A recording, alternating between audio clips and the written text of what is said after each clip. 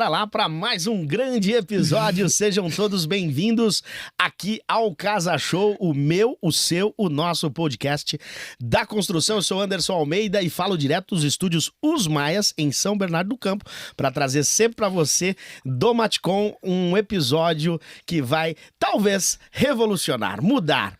Evoluir sempre é bom e eu estou ao lado do meu companheiro Edu Justino, o homem mais justo de Diadema, direto aqui do Casa Show. Boa noite, meu amigo. Boa noite, Ernst. Boa noite, internautas, é assim que fala? Internautas. Tô acertando, tô melhorando. Tá melhorando. Internautas que estão sempre fazendo o Ctrl-C, o Ctrl-C não, o triplo C. Comenta. Não, primeiro não é comentar, primeiro é curtir, porque é importante você curtir. Depois, comentar, porque aí já é um privilégio você comentar no nosso chat. E o nosso boa noite vai para quem também compartilha, que é o mais importante, né? Compartilhar para que o nosso convidado de hoje possa estar aí no seu lar, na sua loja de construção. E eu sempre falo, Edu, os episódios voltado para essa galera mesmo que vive o Matcom ali, o Matcom no horário comercial, muitos vivem 24 horas praticamente por dia, evoluindo, né? A gente está aqui trazendo esses conteúdos e convidados especiais. E você dá a honra da casa aí. Da graça? Da graça, isso. E hoje, um convidado especial, maravilhoso, que eu tive a oportunidade de conhecê-lo antes de você. É o Felipe da V4, da V4 Company. Faz um trabalho... Vem de longe, hein? Vem de longe, vem lá de Jundiaí. Cabreúva. Não, Jundiaí. Jundiaí? Eu moro em Jundiaí. Você tá melhor aqui. É uma honra, é uma honra, Felipe. Obrigado. Boa noite, Felipe. Muito obrigado, boa noite, time, boa noite, espectadores. Um prazer demais estar aqui. E a oportunidade de formalizar um papo descontraído que a gente já teve e transformar isso aqui em algum tipo de conteúdo que efetivamente se transforme em algo que mude o dia a dia de quem está no desafio do Matcom. Com certeza. Você sabe que o Felipe é um cara diferenciado. Com certeza. Diferenciado. Por isso que ele tá aqui. E ele é conterrâneo, hein? É? Lá da minha Bahia.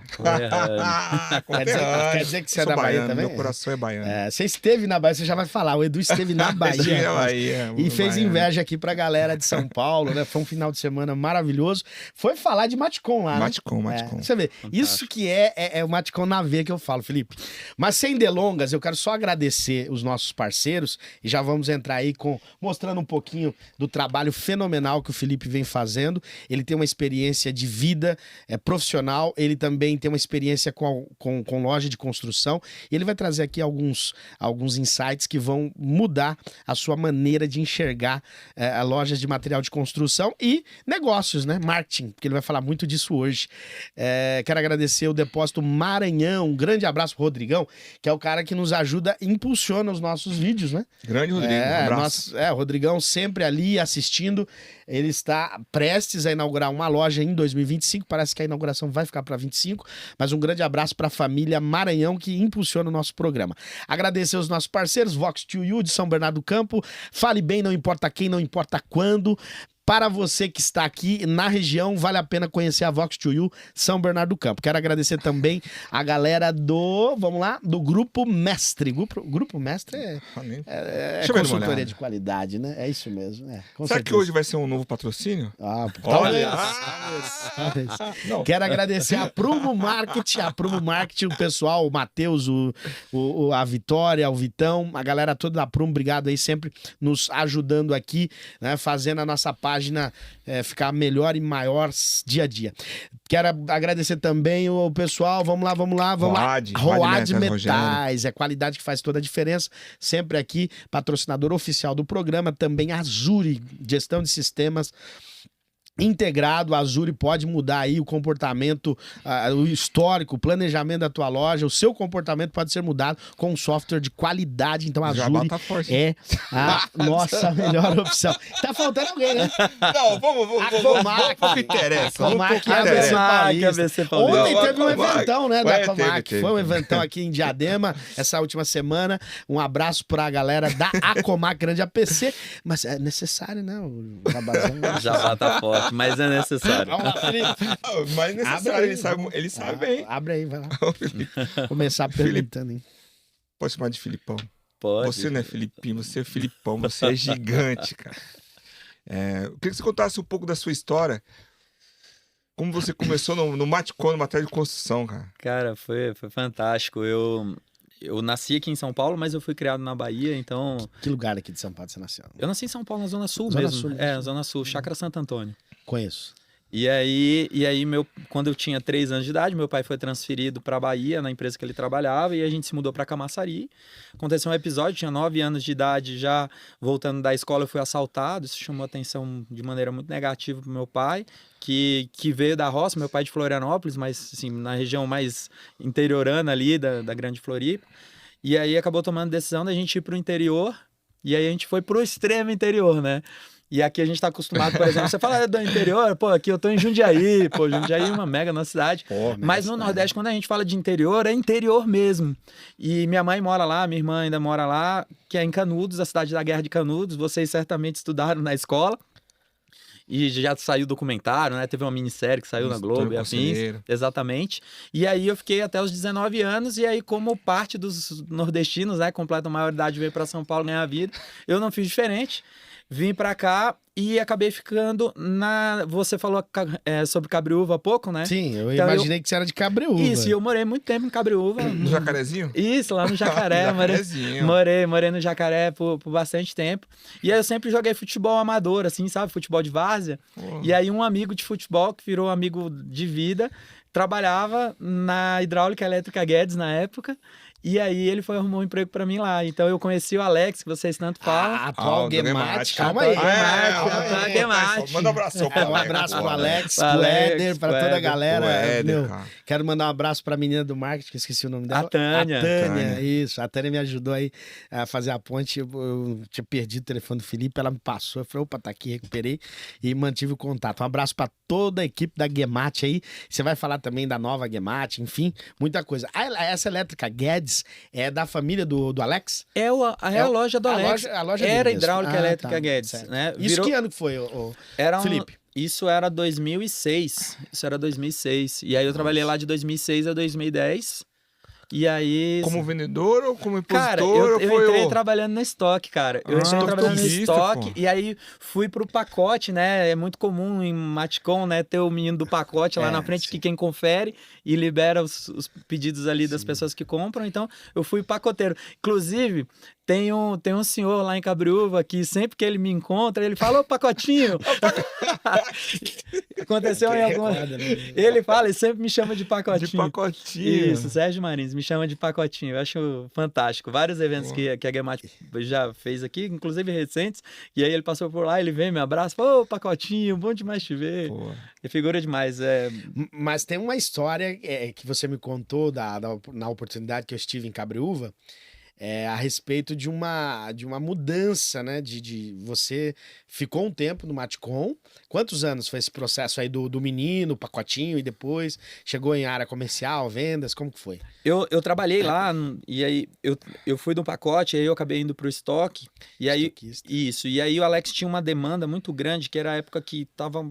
ele estava começando a organizar melhor o estoque, então tinha que cadastrar código de barras, e eu eu pilotei esse projetinho aí de cadastrar código de barras na época, e aí eu fiquei um período ali só cadastrando os produtos, código de barra, e lançando nota fiscal, né? A entrada. Isso, a entrada de produtos.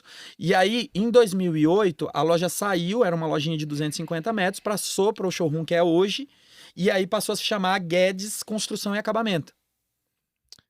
E aí teve 3 mudanças de nome? Teve 3 mudanças. Porque aí, até então, ancorado no sobrenome. Hidráulica, depois Guedes Materiais e Acabamento. Exato. Porque essa mudança foi porque ele aumentou o mix, né? Certo. Então era só hidráulica elétrica, aumentou mix, né? Que é o perfil que tem hoje. E aí, isso era 2008. Aí, como aumentou o mix, o Alex, até então, quem comprava e fazia manutenção de estoque, precisou de um auxiliar. E aí eu costumo brincar, você falou, mandou um abraço pro Éder, né? Eu fui o primeiro Éder. Você foi o primeiro. Eu fui o primeiro Éder. E aí eu fui o primeiro Éder lá em 2008, que foi exatamente o ano que o Éder entrou na Guemate. Então eu vou corrigir. Então ele é o segundo Felipe. Ele é o segundo Felipe, muito bom. Já é o segundo Felipe, porque você tem que respeitar aí, Éder. E aí, em 2010 eu saí e fui pra Avon. Isso. E Essa aí foi- transição E que aí eu você... saí e fui pra Avon. Cara, como é que... Assim, vamos Você fez uma linha do tempo. vamos extrair um pouquinho mais dele ali nessa mudança, nessa transição. Como que você se descobriu ali? Gostando do que você estava fazendo ou não? Foi uma coisa assim, eventual, aconteceu, e depois essa transição? Fala pra gente. Cara, naquele momento, eu tava pilotando um projeto que foi quando, cara, vocês vão se lembrar, quando teve uma mudança na legislação de CMS que entrou substituição tributária. Sim, Foi naquele momento. Foi nessa época, em Certo. 2010. 2010. E aí, Deu trabalho, hein? de 2009 para 10. E aí, cara, eu acabei me tornando especialista naquele momento ali para Matcom para isso. E a gente mudou muito rápido isso, né, até então Guedes. Até então Guedes. E aí, só que naquela posição, eu já fazia manutenção de estoque de algumas coisas, o que era menos complexo, porque eu auxiliava o Alex na compra, fazia gestão de inventário ali com um time que fazia contagem de inventário e afins, e cuidava da entrada de nota fiscal, e aí tinha essa questão tributária ali que eu acabei entendendo um pouco. Na época, eu fazia um curso técnico de logística no Senac Jundiaí. E aí, eu olhei naquele momento, dado o tamanho que era a Gemate, e para onde estava indo minha carreira, e eu falei, pô, pode ter uma outra oportunidade e eu quero alçar voos maiores naquele momento. Você chegou a um outro mundo. Por quê? Que era o que eu estava estudando, e naquele exato momento em Cabriúva, eu estava abrindo o que era o maior centro de distribuição da Avon no planeta.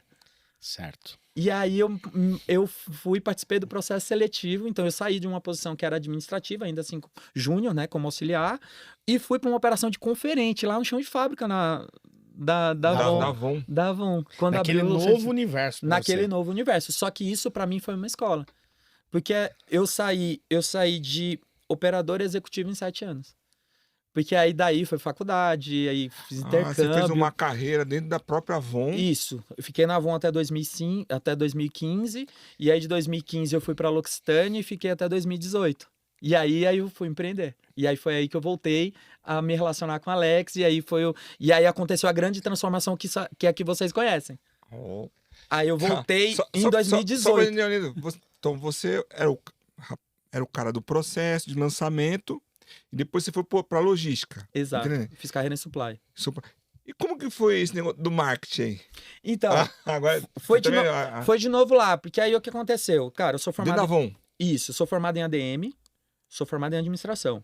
Só que eu tenho especialização em projetos, tá? Então tem uma metodologia que chama Lean Six Sigma, que tem certificações, e aí ele tem os belts, né, que são os cintos, né, igual no karatê. Aí tem aí tem a faixa, vai. isso, são as faixinhas. Então é Yellow Belt, Green Belt, Traduz Black aí pra Belt. gente, traduz aí. Que é o green é verde, Sim. belt é cinto. Então é o cinto verde, o cinto preto e o master preto. Eu sou green belt de formação. Me ajuda aí.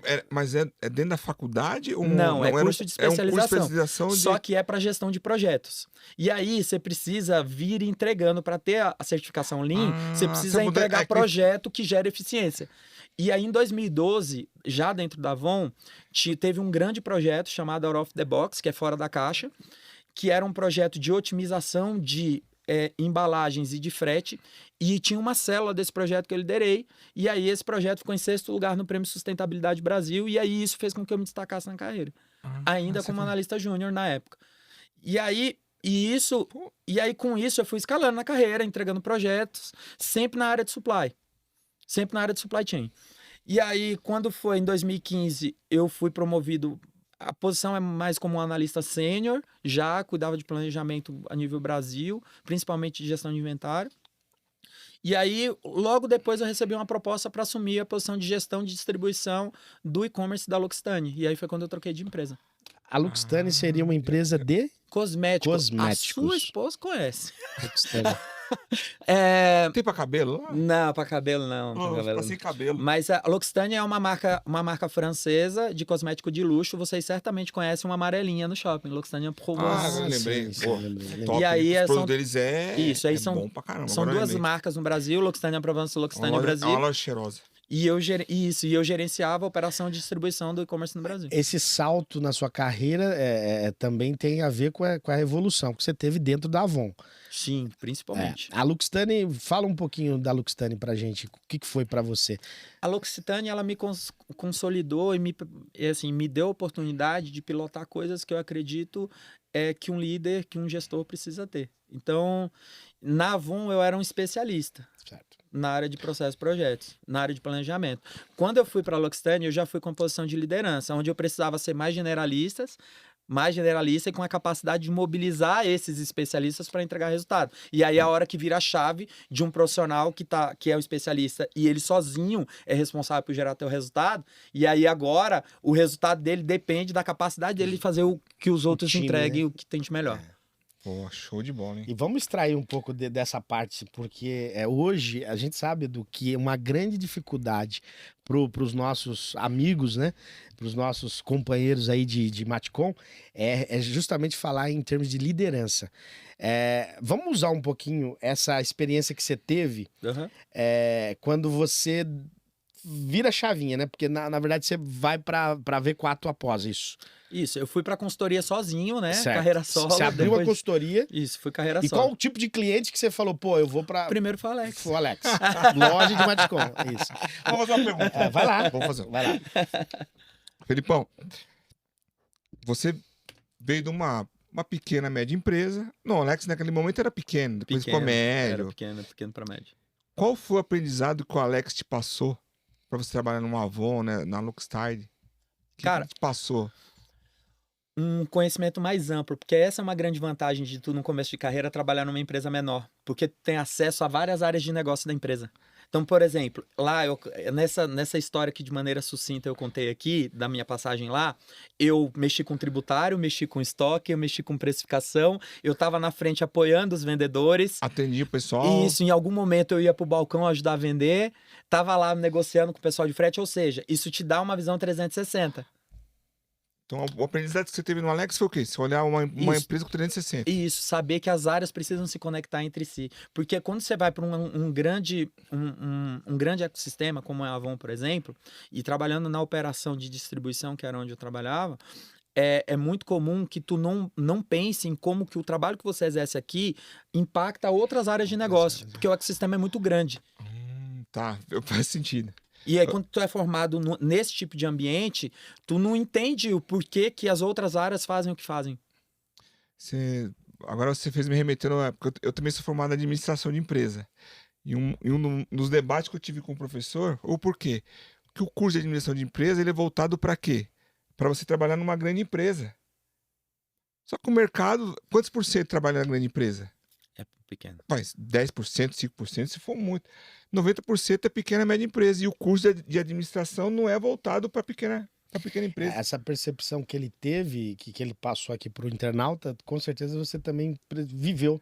Viu. Porque também você fez muita coisa, né? Ah. E isso que você falou é importante porque para ter essa visão do negócio por si só, é que faz com que você sonhou mais alto, voar mais alto, né? Chegou uma hora que ele falou, não, eu quero... Não, projetar agora ele vai contar como ele voltou pro Alex. Não, ele é lógico. Na consultoria.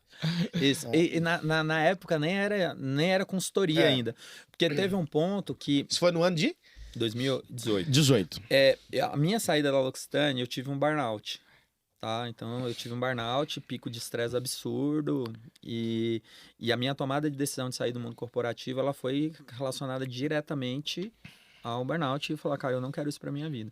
Só que aí eu saí com um trauma disso, que é, cara, eu não quero voltar pro mundo corporativo porque ele é nocivo, ele é tóxico.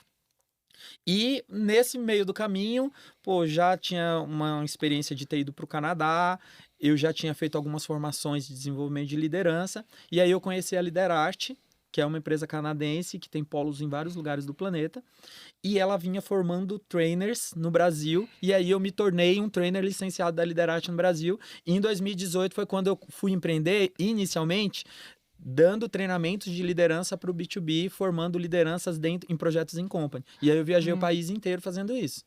Você treinando outros executivos de outras empresas. De todos os níveis, estratégicos, táticos e operacionais. Basicamente com a metodologia da Liderarte e viajando o país aplicando os programas de treinamento da Liderarte. Isso foi muito bom para mim também, porque isso me colocou num ambiente com executivos e isso treinou a capacidade de comunicação que eu sempre tive. Sempre fui expansivo e relacional, mas isso também fez com que eu procurasse desenvolver melhor a capacidade de comunicação. Isso foi Mesmo sendo um bom baiano. mesmo sendo um bom Você baiano. sabe que o baiano não nasce, né?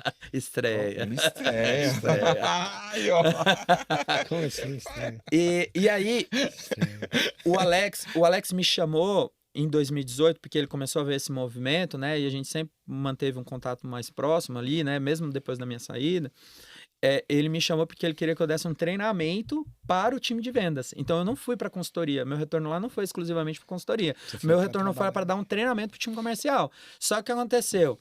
Eu por ter uma carreira toda voltada em projetos e processos, quando eu cheguei para dar um treinamento, eu vi o time comercial, que é a realidade do Matcom. Você que tá assistindo, cara, o que eu vou falar agora? Fala aí. É o A seguinte, verdade nua e crua. a grande realidade do Matcom eu tenho uma expectativa de que o vendedor seja um mini CEO. Porque ele tem que entender de hidráulica, elétrica, de piso, de material, de como aplica, como Dá um isso. stop. Dá um stop. Dá um stop.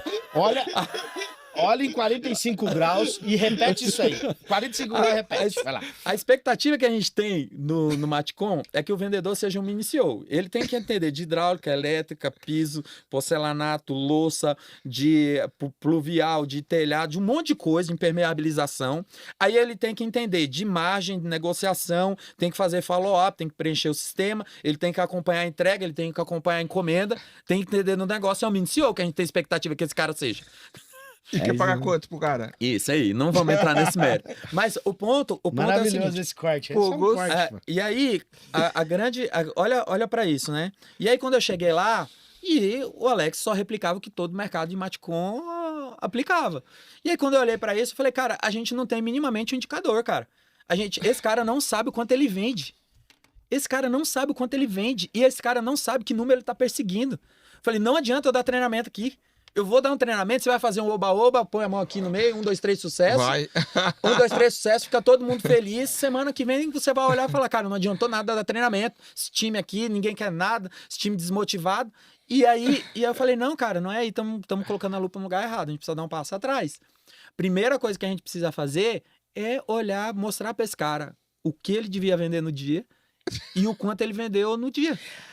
Pra esse cara saber o quanto ele tá perto ou distante do que ele tinha que entregar na posição dele. Felipe, É Você óbvio, matou é bem. óbvio, mas precisava ser dito, cara. você usou a palavra-chave, né? O que precisava ser dito. Como é que foi essa receptividade, primeiro do Alex? Vamos lá. Porque é o que você falou, ele tava querendo criar monstros ali dentro, né? Aham. Pessoas que fizessem tudo, é isso? Exato. Agora, como é que foi? Colocar tudo no seu devido lugar. Pra você lojista, pra você gestor, pra você gerente, pra você líder. Presta atenção no que esse cara vai falar. O Alex falou, pi, é a hora que a gente corta, né? O que ele falou pra mim, né? Não dá. E aí o que Vai o Alex lá. falou, não dá, não permite. Ainda não permite. Mas, na prática, cara, ele falou, e assim, tem uma questão da desconfiança, pô. O Alex estava 20 anos no mercado e já tinha transformado aquele negócio num negócio grande. E eu tava vindo de fora sem a experiência que ele tinha, a quantidade de horas de voo que ele tinha, e dizendo que era para ele fazer algo que ele nunca fez na vida. Nunca fez. Então, sim, eu sofri muita resistência. Sim. O ponto positivo é que, como a gente sempre teve uma relação, como eu posso dizer, de muita confiança, eu pedi esse voto de confiança e ele me deu. Reciprocidade. Isso, e ele me deu esse voto de confiança. E aí foi massa, porque o Éder tinha acabado de ir para a posição que ele é hoje, que era o Felipe comprador. 2. O Felipe Felipe 2. 2, né? E aí ele foi para essa posição e aí eu vim trabalhando algumas habilidades que o Éder deveria ter lá, principalmente as de análise, que era entender o que tinha que comprar, qual o preço, começar a fazer análise de imagem. Falei, cara, se for para tu estar nessa cadeira e não fazer esse tipo de análise, tu tá morto nessa cadeira. E aí foi um trabalho também no próprio PDI, né? No plano de desenvolvimento do Éder. Desculpa aí, se for para não fazer análise, isso é um bloco de notas ambulante. Isso aí, é um Né? peso de papel. Peso de papel. E aí, que analogia boa. boa. e aí, nesse ponto, a gente foi lá e montou um grande dashboard, assim, tipo um grande painelzinho no Excel mesmo, que puxava informações do sistema, jogava uma planilhinha, ela customizava isso de maneira automática e todo dia, 9 horas da manhã, o Éder disparava isso. E aí, a gente começou a pegar o líder de vendas e começou a bater no vendedor. Fala, cara, Anderson, me conta aqui, cara. Cara, ontem tu tinha que vender 13 e vendeu 2. O que aconteceu? Cara, tu tá com quanto de orçamento na rua? Quanto foi a última vez que tu falou com esse cliente? Aí as coisas começaram... E aí, sabe o que a gente fez? No primeiro mês, aumentou em 23% a venda. e aumentou no segundo. Só calibrando Isso, aí o Alex falou assim, eu quero ver manter. Isso era outubro de 2018. Aí ele falou, cara, quero ver manter. Aí veio de novo, novembro. Aí veio de novo, dezembro. Aí ele falou, rapaz... Por quê? Porque tem uma questão também, que é uma questão histórica no Matcom. O dono da loja Matcom não quer mostrar qual é o faturamento pro vendedor. Fica Sim. escondendo os números. Só que enquanto vendedor, se ele não sabe o quanto ele tá vendendo e para onde ele vai, Não faz sentido. qual margem ele tá deixando, como que o vendedor vai performar mais, velho? Não adianta esconder o dado do cara, velho. Olha o tamanho da loja que tu tá, velho. Você acha que ele não tá vendo? O que ele precisa ter clareza é do caminho que ele vai fazer para ele também ganhar mais. Então a gente precisa construir isso enquanto negócio. E aí foi outubro, novembro, dezembro, as coisas aconteceram. Deu janeiro, a performance se manteve. Quando foi em fevereiro, o Alex ligou, falou o seguinte, ó, eu preciso de você lá na logística, tu tem experiência nisso, estamos com um problema lá no indicador da logística. Eu falei, não, cara, mas eu não quero ser consultor, não, até porque eu tinha um trauma, lembra que eu falei? Sim. Eu falei, não, eu quero ser consultor, isso aqui não vai rolar pra mim. E ele falou, cara, então chama o Até nome... porque não tava em alta, né? Isso. E ele falou, cara, 18, ele falou, sim. cara, chama o nome que você quiser. Tem um problema lá na logística lá. Resolve pra mim lá. Resolve lá. Que na prática era o seguinte, de cada 100 entregas, 31 eram refeitas. Só que esse número é um número que ninguém mede. Quantas vezes tu volta no teu cliente para reintegrar? É o tal do retrabalho, né? É isso aí. Só que essa é uma conta que não era feita. Porque às vezes é o seguinte... E por que acontecia isso? Porque eu sei o que você vai falar. Não, deixa ele falar. Não vou falar. Não vou falar. Eu vivi isso na pele. Eu gostaria que você, em 45 graus, falasse. Por que fazia essas entregas novamente? Você falou de 100, 31, eles voltavam. Tinha que refazer. O que acontecia? Esse número de largada dava quase 50 mil por ano. A gente meio que estabeleceu qual era o custo médio por entrega. De custo. Isso. Por que isso acontecia? Porque vendia e não tinha o produto no estoque. Isso era uma coisa.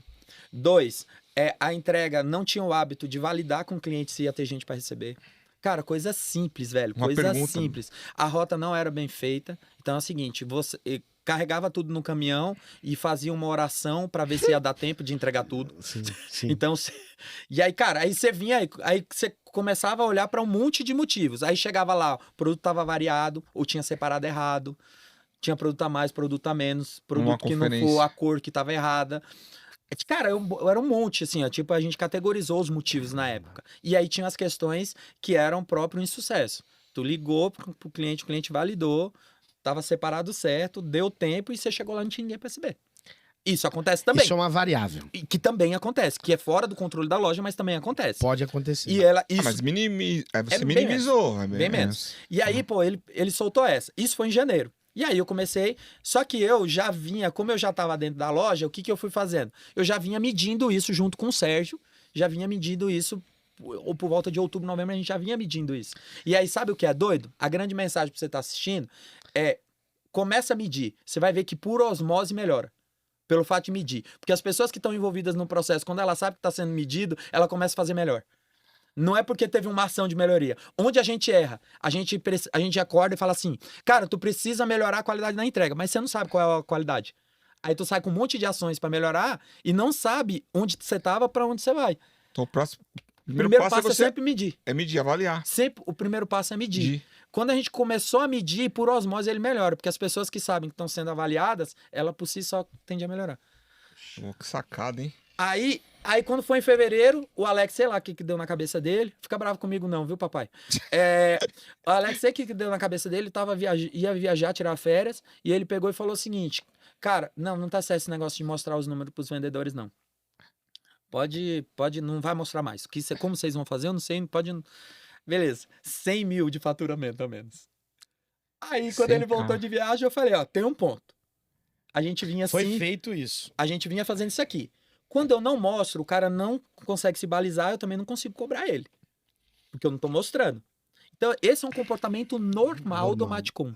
Normal do Matcom. E aí eu falei, cara, se eu não mostro, é 1.200.000 de faturamento a menos no ano. Tá tudo bem pra você faturar 1.200.000 a menos?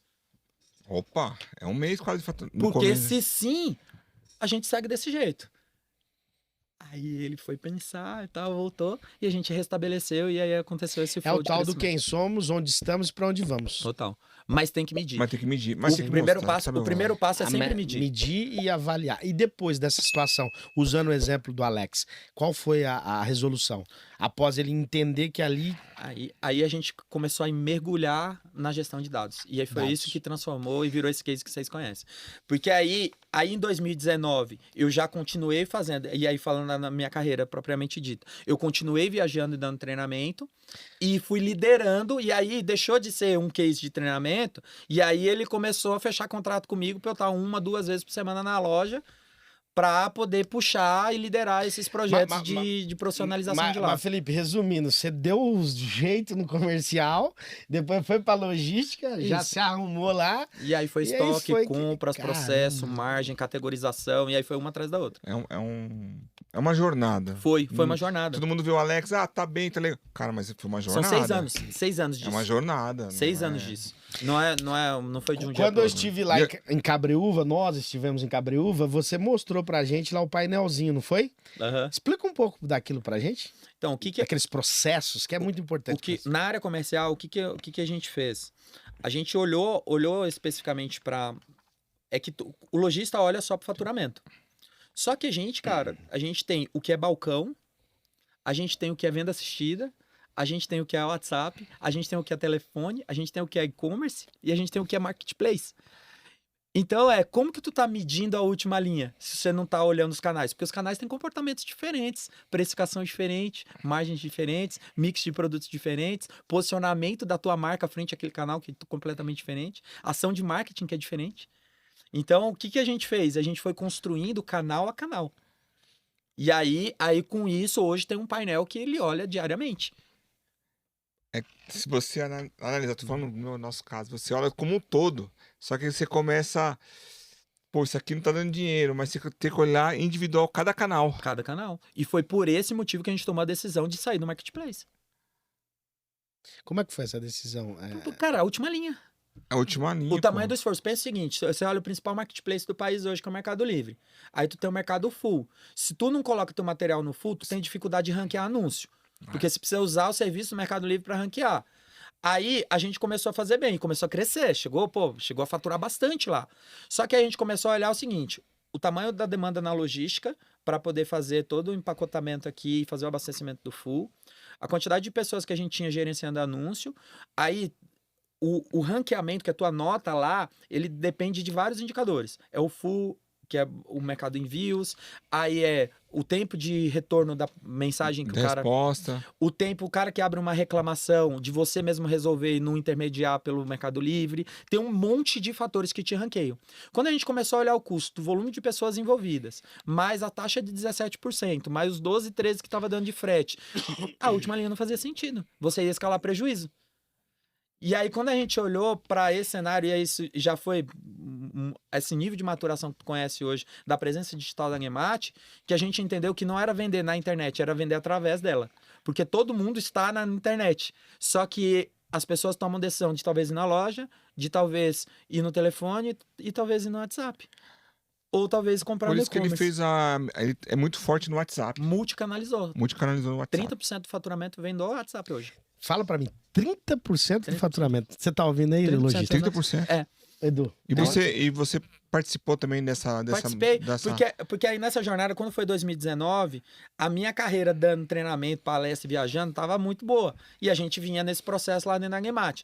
Quando foi o começo de 2020, qual foi o grande marco que aconteceu no país? Pandemia. No mundo, né? E aí, dia 20 de março, quando foi o lockdown, eu fali a minha operação de treinamento. Porque como a gente era uma operação exclusivamente B2B e com projetos em company, o que aconteceu? A gente não tava... A nossa estrutura de produto não era para digital. E os contratos que a gente tinha assinado, basicamente, eles foram cessados. Presencial, né? Exato. E as empresas, de uma maneira geral, colocaram treinamento para o final da lista de prioridade. E aí, lembra do trauma? Não tem um jeito na vida de um ser humano de curar um trauma do que um boleto vencendo. E aí foi isso, cara. Quando eu vi, eu falei, cara, eu preciso fazer alguma coisa da minha vida, porque treinamento morreu com a pandemia, exclusivamente naquele período. E aí, o que eu fiz? Eu já tinha esse grande case no meu portfólio de consultoria. Isso já era um grande case. Isso já era um grande case de gestão. O que eu fiz? Abri outros dias da semana e comecei a fechar um monte.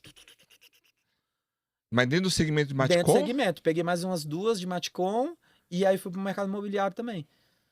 E aí, aí as coisas começaram a acontecer na minha carreira enquanto consultoria.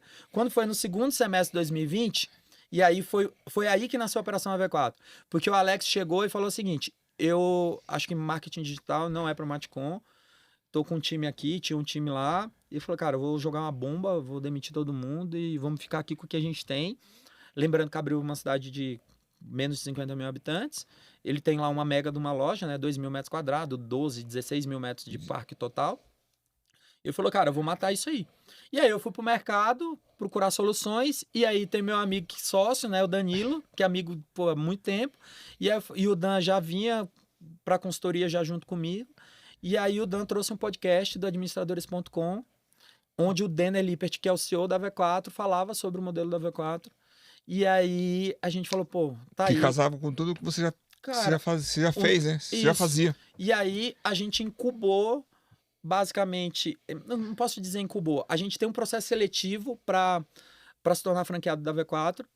E aí a gente participou desse processo seletivo e a gente, como eu já tinha esse contrato de consultoria, a gente montou o time interno, que aí é Tânia, Edivan e o time interno. Você tem montou um time. Montei o time interno. Cada um cuida de uma parte. E é o time que interage com Marketing. vocês. Isso aí, é o time que interage com vocês. A gente montou esse time. E a gente montou esse time e a nossa operação da V4 nasceu em abril de 21. E aí, com isso, a V4, a Gemate já tinha uma estrutura interna que já estava fazendo o que precisava fazer.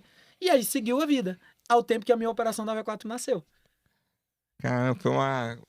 E aí um aprendizado e nascimento. Isso. Foi natural, não foi uma coisa natural. E aí foi aí o momento onde eu me inseri no marketing. Porque, olha, na minha cabeça, eu te chegava, sabe o quê? Com o marketing. Eu não tava... Não, ele fez todo esse trabalho. Não, mas quando eu levo o Felipe, eu percebo que ele era muito o cara mais do marketing. Ele é o cara, Na verdade, ele aprendeu todo o processo, a parte de retaguarda, de gestão. E o marketing foi uma cereja do bolo. Que ele foi entender que era que para tudo venda, tem que vender. Aí o marketing ajuda a vender. Isso na verdade ajuda a vender. Te deu um lastro, né? Total. E a V4 é uma grande escola, né? A V4 hoje é o maior ecossistema da América Latina de marketing e vendas. E é uma coisa que me marcou muito desde o primeiro contato com a V4 foi que marketing, a V4 acredita que marketing só é marketing quando vende. Quando há venda. Por quê? Porque o que significa marketing? Mercado em movimento. Sim. Então, quando que o mercado movimenta? Quando tem transação. Qualquer outra coisa que a gente faça e a gente chama de marketing, que não tem como objetivo a venda, a gente pode dar qualquer outro nome. Felipe, me ajuda em uma questão aqui, falando propriamente para o pequeno e até o médio lojista de Matcom. Quais os principais erros desse marketing que se oferece nas lojas de material de construção? Pode trazer a sua visão profunda. O erro. Não, vamos falar primeiro dos erros e depois a gente pode falar dos acertos. Vamos pensar o seguinte. Você como especialista da V4, que é um símbolo aí do país em comunicação, vai lá. Um ponto é o seguinte, a gente precisa fazer social media. O que é social? É o Instagramzinho lá. A maior parte dos pequenos, eles estão pagando, terceirizando ou gastando energia, colocando lá, feliz dia do índio, feliz dia da árvore, feliz dia de não sei o quê. Um post. Você conhece alguém que comprou o conduíte lá, comprou os 300 metros de piso porque teve o post lá, feliz dia do índio, não? Conhece? Então, não colocar energia nisso que vai mexer o ponteiro. Mas você conhece um cara aqui que tá gravando e vendeu os gabinetes, viu? Os tocadores lá, eu fiz e veio. Na postagem do dia do índio? Não, do índio não, cara. Essa é uma crítica que eu tenho, mas eu vou deixar o especialista falar. Vamos deixar o especialista falar. E aí a gente precisa olhar para outro prisma. A gente precisa olhar o seguinte: o produto no Matcom, ele é desejo ou é necessidade? Boa pergunta, hein? Então depende. Porque você tem tanto mix na tua loja que a gente precisa separar o que é desejo e o que é necessidade. Quando eu olho para o piso é desejo ou é necessidade?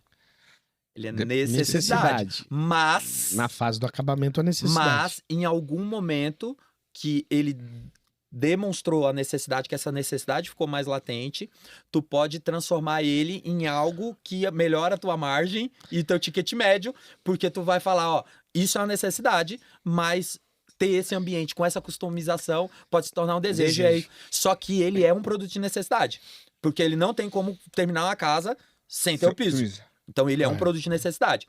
Então imagine o seguinte, quem tá nas fases de obra, eu peguei o piso como exemplo, ele já tem consciência do problema. Qual é o problema? Eu preciso de um piso. Eu não tenho piso. Qual é a solução? Base vermelha ou porcelanato? Acetinado ou polido? Certo?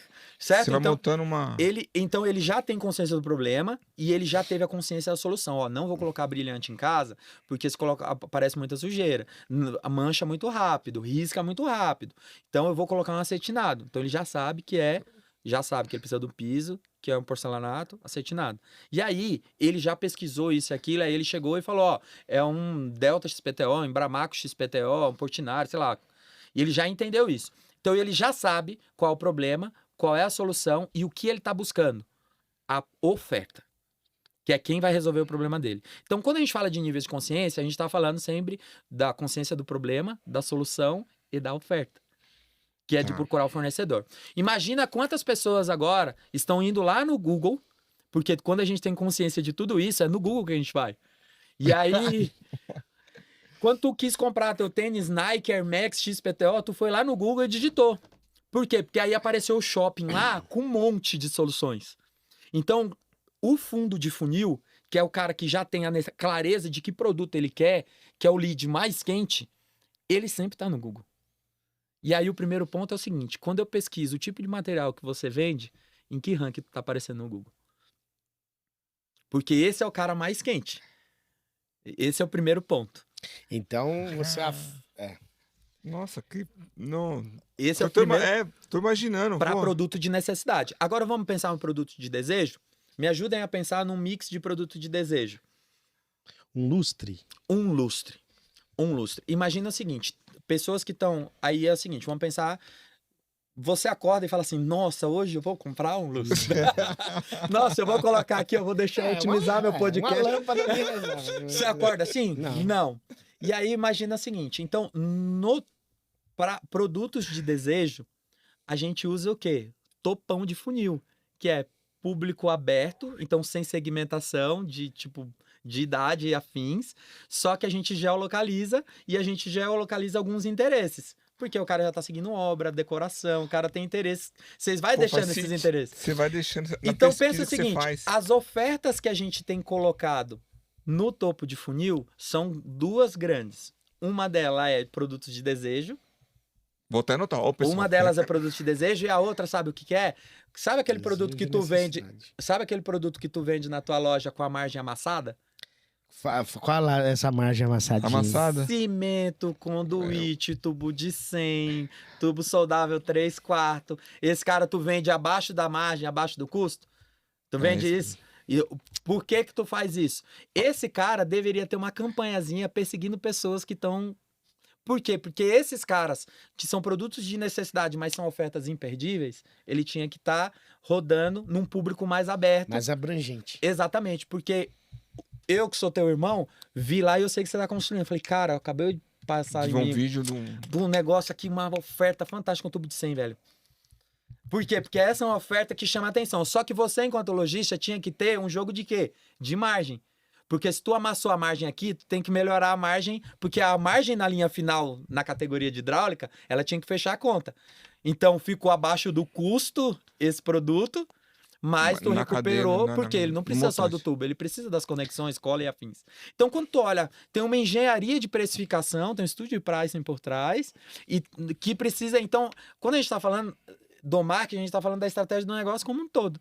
O como que eu posiciono oferta, de topo, meio e fundo de funil, em qual lugar, para qual público, e como eu faço essa engenharia dentro da minha margem. Se isso não tiver conectado, a chance de dar errado é muito grande. Muito grande. Aí que, vamos supor, aí entra a V4. Então, a V4, enquanto a V4, toda a engenharia de topo, meio e fundo de funil é o que a gente faz, porque o nosso grande objetivo, ela é te ajudar no growth, que é o processo, fazer todo o processo de marketing e vendas. Que é trazer essa inteligência para o teu business. Obviamente que com o know-how que a gente tem do lado de cá, a gente vai dar um direcional sobre o que você deveria fazer com a tua margem. Eu estou falando tão especificamente aí por causa do meu próprio histórico profissional e conhecer o mercado. Mas essa não é a atuação da V4, de mexer em price. Você tem um diferencial. Como você veio... A gente conhece a operação. Uma pergunta. Não, pergunta não. É uma pergunta. É uma falha, por exemplo, o Edu tem o tabloide mensal. Vamos falar de tabloide para uma realidade nossa, lojas de bairro, né? Enfim, comum e necessário até. É necessário. Aquele tabloide mensal, tal. É um erro ou eu estou errado? É um erro ou eu estou errado? Ali, sempre os produtos muito parecidos, semelhantes, muito igual, e sempre aqueles preços maçantes. O que um lojista deve fazer nesse caso? Porque ele tem ali uma divulgação mensal, tanto online quanto porta a porta. O que fazer? Na prática, cara, não tem certo e errado. Por exemplo, em Jundiaí, não pode panfletar. Já da lei orgânica municipal. E não pode fazer carro de som. Certo. Em Cabriúva, pode. Pode. Então, tudo depende. E Cabriúva, por exemplo, quando você põe carro de som na rua, vai muito bem. Fazer tabloide vai bem. Só que um ponto é o seguinte, eu devolvo a pergunta para você que faz o tabloide, como o Anderson acabou de falar. Sim. Quando tu fez o tabloide, comparado aos meses que tu não fez, o quanto animou a venda desses produtos que estavam lá? A qual margem no final? Se tá fazendo essa ação do tabloide e não tá medindo o que tá fazendo dele, cara, nunca você vai saber. Não dá nem para eu afirmar se é maçante ou não. Porque tem uma questão também que é a característica de como o público se comporta e como o mercado permite ou não, quais são as regras do próprio mercado, como exemplo que eu trouxe agora de Jundiaí e Cabriúva. Então A peculiaridade. É isso. Então, assim, essa é uma ótima ação de marketing, que para cidades de interior funcionam muito bem. Só que se você, enquanto empresário, se eu colocou lá todos os preços, e que pode repetir os produtos, se isso te ajuda a trazer volume de pessoas para a loja, isso até traz... aumenta, por exemplo, imagina que tu colocou lá uma Logasa Paraty, que é o que todo mundo faz, com kit, a instalação e com assento e afins, e tu deu lá, colocou lá um 79 lá, um 99, sei lá que preço. Tu colocou esse preço lá. Barato, hein? Tu colocou esse preço lá e tu trouxe um monte de gente lá. Só que não vendeu ela. Só que a categoria louça, ela aumentou a venda. Já se pagou. Entende? Então o que eu quero... Coelho, né? Isso, o que eu quero dizer na prática é tu medir eficiência. Só que se tu não controla a categoria, se tu não faz um estudo de fechamento, depois tu faz o tabloide, não dá pra dizer se é maçante ou não. Se é maçante, não. Qualquer coisa que eu fale aqui é só um chutômetro. Subjetivo. Sim, o que eu tenho percebido quando nós fazemos o tabloide, lógico, o preço, determinados produtos você tem que chamar boi de piranha, vamos falar do boi de piranha. Mas o que eu percebo é a marca da loja. Porque o cara olha o tabloide aqui e olha... Porque material de construção é diferente do alimento. Porque o alimento ele consome diariamente. E no tabloide ele olha, ele vai ver sua marca, Casa Rosada, né? E uma lâmpada, ou a bacia que você tá falando barato. E ele não vai comprar nesse momento. Só que na cabeça dele, aquele tabloide fica na cabeça. Aí no outro mês você manda de novo. O cara vai lá, olha de novo. Quando ele vai precisar de uma loja de material de construção, ele vai aonde? Ele vai no tabloide. Só que pensa um pouco. Não, eu quero fazer uma provocação. Claro. E aí, nesse caso, nem é certo e errado, nem tem verdades absolutas. Por isso que eu escutei uma coisa do Denner esses dias, eu estava numa mentoria junto com ele, com um cliente nosso, e ele falou de um estudo que empresas que testam crescem mais. Testam. E o teste é o quê? A gente discutir uma hipótese, como estamos fazendo aqui, colocar para rodar, medir eficiência e melhorando ela ao longo do tempo. Testa, mede, vê eficiência e melhora. Empresas que fazem isso tendem a crescer. Qual a minha grande provocação no tema que tu trouxe? Tu trouxe o tabloide. Tu fez... tu tem essa hipótese de que ele olhou um mês, no mês 1, no mês 2, no mês 3, ele tem na cabeça dele a frequência de contactar tua marca e que quando ele for lembrar de uma loja, ele vai lembrar da Casa Rosada.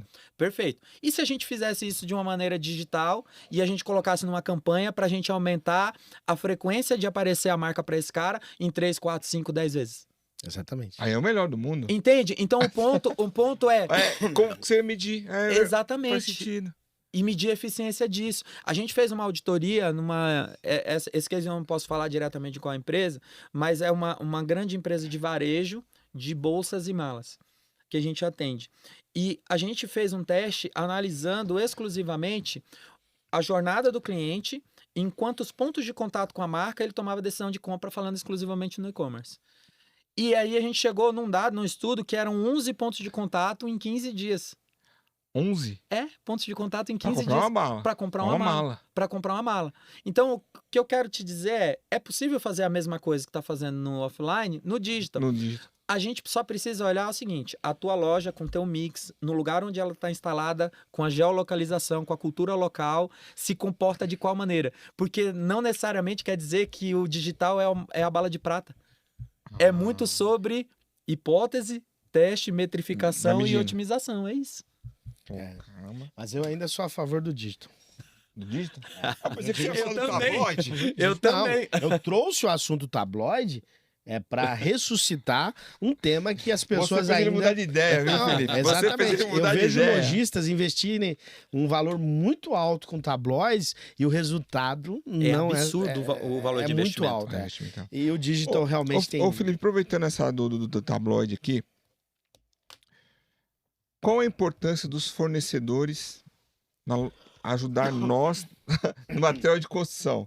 Que nós estávamos discutindo essa situação. Polêmico, Porque mas falamos- necessário. Porque o fornecedor, ele se preocupa, com rebate, dá um desconto por volume, mas ele não se preocupa com o sellout dentro do ponto de venda. Isso. Para a gente falar disso, então vamos primeiro estabelecer para todo mundo, para a gente entender do que a gente está falando. Quando a indústria vende para a tua loja, sell-in. Quando você vende para o cliente final, sell-out. O que a indústria naturalmente faz? E aí, se a gente comparar o varejo, pense nos supermercados, tá? O supermercado está anos-luz na nossa frente no que tange a organização. Por exemplo, eles têm lá, na própria maquininha que passa lá o cartão deles, essa informação vai para uma central e aí o supermercado do Anderson sabe por quanto eu estou vendendo a Coca-Cola, que eu sei quanto está vendendo Coca-Cola lá. E aí é o seguinte, ele está animando a Coca-Cola, eu não vou animar a Coca-Cola, eu vou animar a cerveja. E aí tu anima a picanha. E aí ambos têm conexão diretamente com o final de semana. Mas os clientes que vão no supermercado dele vão por causa da Coca, no meu por causa da picanha, no seu por causa da Ó, a cerveja. picanha tá cara, hein, meu? Você é louco. Tá, cara. Caramba, Tá. que... E aí o supermercado ele tá anos-luz no varejo por causa da velocidade e o volume de informação e organização dessa informação e o quanto ela está disponível para o lojista. Então a gente tem um grande desafio quando a gente olha para o Matcom. E aí o Matcom, pô, a Namaco fala aí de 140, 150 mil lojas no Brasil aí operantes. Então o número é altíssimo e tem um comportamento que tende a ser mais familiar e com uma gestão Amadora e com um líder que precisa fazer tudo. Então, ele no dia a dia, ele tá comprando, ele tá emitindo nota, ele tá vendo boleto, ele tá olhando a conta. Ele tá entregando. Ele tá varrendo o chão, ele tá entregando. E aí, esse cara tem um desafio de profissionalizar o negócio dele. Porque ele também tem um desafio na própria energia. A indústria, ela tem mais estrutura. Se a gente olhar as principais indústrias que fornecem para o Matcom, elas têm uma mega de estrutura e a maior parte delas multinacionais e afins. Só que essa indústria, ela, como eu posso te falar, eu acho que ela tem menos atuação do que poderia para ajudar a profissionalização do Matcom. E aí, eu chego na tua fala, que é quando o fornecedor de o representante de uma dessas grandes empresas vem até mim, que sou um cara pequeno no Matcom, e ele fala, ó, te dou mais 5% se tu dobrar o volume. Vou te colocar uma meta pro trimestre, uma meta pro ano, para tu ganhar 10%, 5%, X%. E aí, toda a negociação fica relacionada ao rebate. E o pequeno empresário do Matcom, ele tá sempre se achando o cocô do cavalo do bandido, porque ele fala, eu não tenho volume, eu nunca consigo disputar com a Casa Rosada.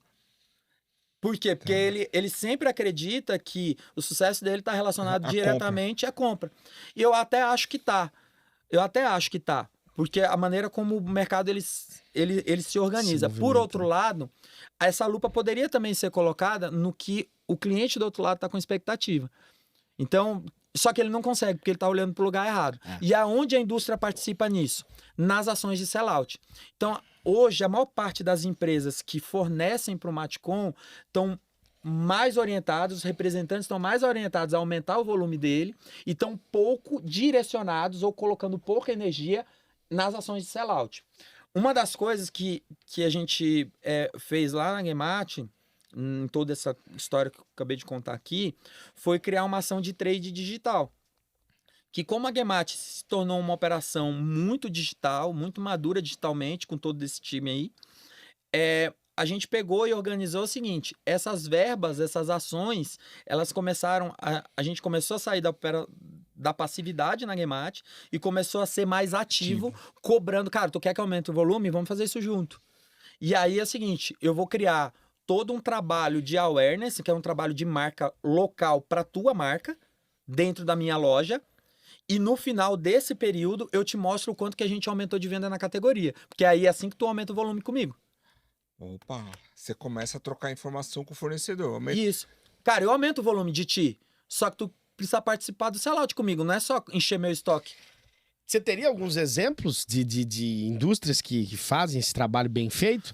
Em suma, há uma crítica, né? Há um feedback, um retorno, enfim. Você em cima dessa questão que é o selling, né? Sim. O sellout, perdão. Você tem algumas experiências na Gemate? Alguém que você pode falar? Pô, essa indústria, ela tem uma atenção especial no sellout. Ou não?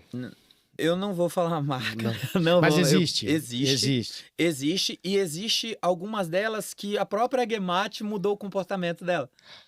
Posso falar de uma marca? Não me coloca em saia justa, por favor. Eu vou falar. A Tigre comigo. A Tigre. Ele, há uns 2 anos atrás, ele começou a perguntar pra mim quanto que eu tava de sellout. Então eu mando pra ele todo mês o meu sellout pra ele de Tigre. Quanto que eu vendi de conexão, tudo. Aí, de acordo com a minha venda, a gente senta e faz o selim. O desenho das ações. O desenho das ações e o selim. Aí ele vem mudando, prateleira, ponta de gôndola, ativo. E isso que tu tá falando é trade, só que isso é trade marketing. Trade marketing é o marketing da loja. Que aí é o quanto a marca, né, no caso a indústria, tá disposta a colocar energia lá para mexer na ponta de gôndola, colocar os produtos daqui, um em cima, outro no meio. Isso é trade. Isso é trade marketing de loja. Tá. O exemplo que eu tô trazendo agora é um trade de digital, porque o trade marketing ele é muito famoso no offline. Ele também te dá uma ação junto com você. Isso, o trade marketing ele é muito comum, por exemplo, nos supermercados. Toda vez que você vai numa grande rede de supermercado, você vê lá os promotores. Sim, a linguicinha. Isso, é isso aqui. Ou o cara lá do Omo lá arrumando. E aquela briga entre os promotores, que o cara da IP empurrou mais pra lá. E como que é o trade digital, então? O trade digital, ele é o seguinte. Imagina que tu é esse cara da Tigre.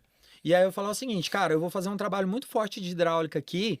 Então eu vou fazer o mês da hidráulica, a quinzena da hidráulica, e eu vou fazer um conjunto de campanhas exclusivo de hidráulica que eu vou fazer com a minha marca, com a Casa Rosada.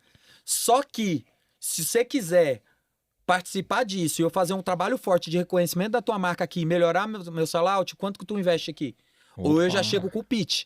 Cara, eu quero R$2.000 por mês durante isso, e aí eu vou fazer um trabalho de awareness aqui da tua marca, que é reconhecimento de marca, ao tempo que eu tô fazendo uma ação forte de venda aqui. Só que tu patrocina isso. No final, o que eu faço? Eu faço um fechamento, eu te chamo de volta. Chega aqui, ó. Vamos olhar. Esse dinheiro que tu colocou aqui, na minha categoria, mexeu ponteiro aqui. Rapaz. Aí a gente trabalhando em conjunto no sellout e usando o digital para isso. Aí lembra o exemplo que eu falei de meio, topo, fundo de funil? E como a gente organiza isso, então vamos fazer tudo isso com você participando do meu dia a dia e o teu aumento de volume, que é a tua meta, ela está relacionada diretamente com o aumento do meu volume. Não em colocar esse produto no estoque. É vender. É vender. É para isso que a gente está aqui, para fazer a cadeia movimentar. Não é vir de você pro meu estoque. Se for isso, você está trabalhando errado, porque esse estoque não está movimentando o mercado. Você está só mudando de local. Exato, do teu estoque pro meu. Tá vendo o que você tem que fazer comigo lá? Na Embramac? A cerâmica é um mistério, né? Não é um mistério a ser desvendado. Que não é mistério. Nesse episódio a gente não vai conseguir, porque o nosso tempo, né? O nosso cronômetro, nosso cronômetro. Nossa, tão rápido, parece que foi 5 minutos. Rápido, quando o assunto é bom, né? Bom demais. Eu passo. Bom, gente, o Felipe, tem tanta coisa pra gente falar, mas infelizmente... Não, fala uma só, faz a pergunta. Infelizmente eu vou deixar pra você. Não, faz a pergunta. Não, vou deixar pra você. você fazer a última pergunta pro Felipe, porque tem muito assunto e o internauta tá do outro lado aí se perguntando para conhecer o Felipe na Barra aqui, o churrasco, hoje é o churrasco, tá na direção. Churrasco, Um abraço pra um abraço Beth. pra Beth, pro churrasco, estão aqui hoje. O churrasco e a Beth vão colocar aqui no GC como encontrar a V4. Fala um pouco da V4, é V4... V4 Company. arroba V4 Company. V4 Company. Ele Você vai colocar conhecer um pouco o mais site. do trabalho do Felipe e entender um pouco mais o que é essa dinâmica. É a sua pergunta pra gente ir pros finalmente. Vai lá. Felipe, sou um pequeno lojista. Quero começar a fazer um trabalho no digital. Por onde começar? Que eu acho que, olhando para o fundo de funil, e eu já dei o exemplo de fundo de funil aqui, um bom posicionamento de fundo de funil, mas pensa o seguinte, cara, se preocupa, sabe aquele joguinho War? Sabe, que é das fazendinhas? Pensa em estratégia de dominação. Procura aumentar o teu volume perto de ti. Todo mundo está pensando em fazer marketing digital montando um e-commerce. E sabe o que é o e-commerce? É um outro ponto de venda. Uma loja na rua mais escondida do teu bairro. Então você precisa colocar muito esforço de dinheiro para poder performar ele.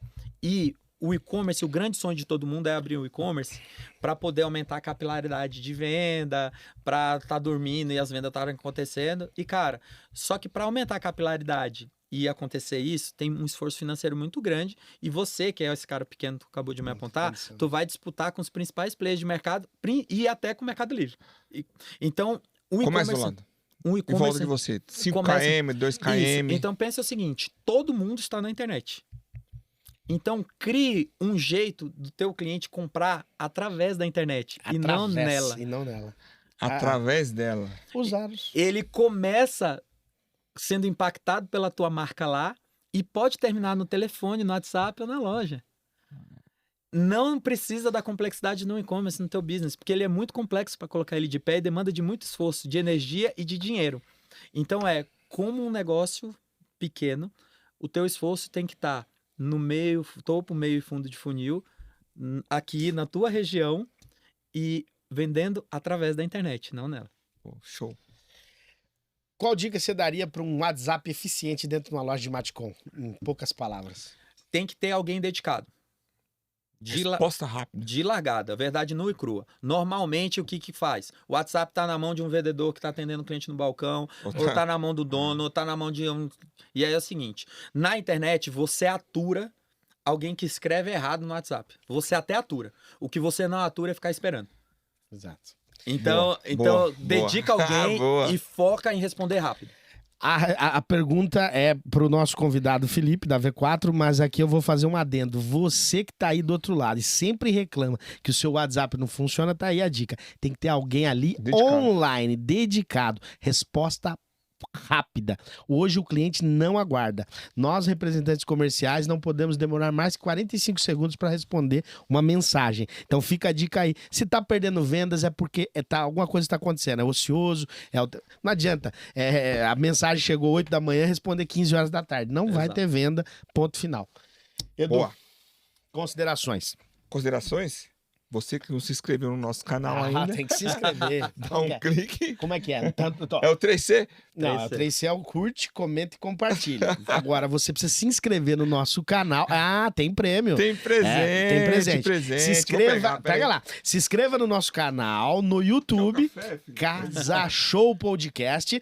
Segue também lá no Instagram, né, o Casa Show Podcast. Tem novidade para 2025 chegando, tá? Edu, nós vamos romper o ano aí com 28 episódios, não é? Então, foi um sucesso. Estou muito feliz de trazer o Felipe aqui. Obrigado. Nós conversamos em março, né? Verdade. Foi em março para abril, Conseguimos enfim. hoje.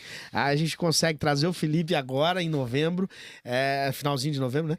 E um sucesso, o trabalho desse cara, fantástico. A inauguração da nova loja de Jundiaí, você esteve ali participando. Eu sei que você tá um pouco distante pelo trabalho, mas a Gemate foi um case aqui com a gente também, não foi? Foi um episódio muito bacana. Espero que você também compartilhe muito esse podcast, que as pessoas possam te assistir. E, vai sair muito corte aqui, viu? Pra mim, foi o melhor convidado de corte aqui que saiu aqui desde o primeiro. É, muito Nesse bom. momento foi o melhor. Muito bom. Ah, E tem um então ele merece presente. presente. Tem presente Então lá. ele merece presente? Merece presente. Merece presente. O nosso convidado recebe o Obrigado. presente da Azuri, né? Constru Hub Azuri. Obrigado. O meu patrocinador oficial aqui do podcast e meu patrocinador também. Fantástico. Obrigado, Tá? obrigado, Azuri, Azuri. a nossa patrocinadora. Mandar e um abração meu pro patrocinador, Sérgio Domingues. Sérgio, Jéder e toda a família. Obrigado, Sérgio. Oséias e o... Toda a família Azuri. O Filipão, o que você queria falar que você não falou e vamos partindo pro finalmente. A maior parte das empresas, né, no varejo de Matcom são de pequenas, né, micro, pequenas empresas. Eu fali porque eu fiz carreira inteira na ponta, na área de supply.